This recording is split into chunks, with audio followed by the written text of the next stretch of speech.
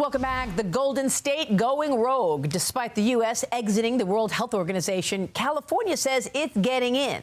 President Trump slamming the WHO for its handling of COVID, unfair U.S. financial support, accusing the organization of being in the pockets of politicians. But California's governor, Gavin Newsom, posted this on X. Countering Trump's decision to pull the U.S. out of the World Health Organization, California is the first American state to join the WHO's Global Outbreak Alert and Response Network. Joining me now is California gubernatorial candidate Steve Hilton. Steve, great to see you. What is your reaction to Newsom trying to get the state into the World Health Organization? It's completely ridiculous, Maria. I mean, here we are, another example of Gavin Newsom completely failing to do his actual job and instead spending his time wasting our money with this ridiculous trolling of President Trump. That's all that this is. It doesn't mean anything. It's not going to lead to anything in the real world. You just look at the language he uses when he's talking about this pathetic announcement. California will not bear witness to the chaos of leaving the WHO. What's he even talking about? And the practical impact of this will be nothing. What he needs to focus on is his job as governor. Amongst other things, we have soaring healthcare costs. Why? Because he's giving $20 billion a year away in free healthcare to illegal immigrants. If he wants to do something useful in healthcare, he should stop that and use it to lower costs and waiting times for Californians, which is what I would do as governor.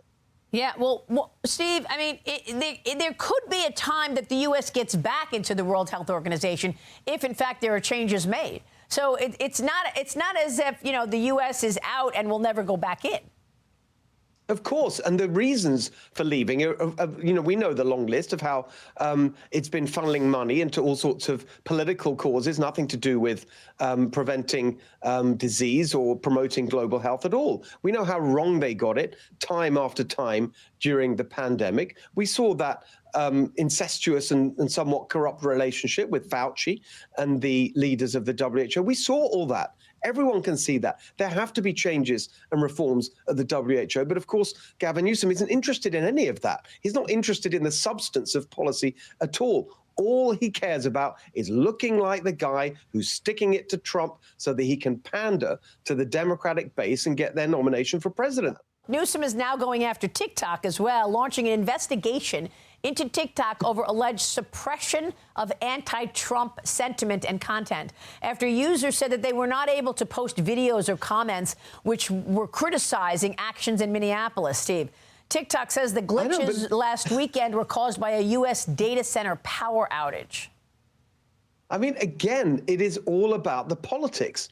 I mean, it wasn't that long ago that it was Newsom who was trying to ban things on social media. Do you remember he put forward a plan to ban internet memes and jokes that he didn't like and do the censorship himself? Now he's accusing other people of censorship because it seems to be affecting him. I mean, again, what's the real truth here? What's the real substantive point? Nothing. This kind of thing happens all the time. We know that with tech companies, and he's turning it into some political argument to try and make a political point. Meanwhile, the real point is that the tech industry, one of the great powerhouses of the California economy, is leaving the state.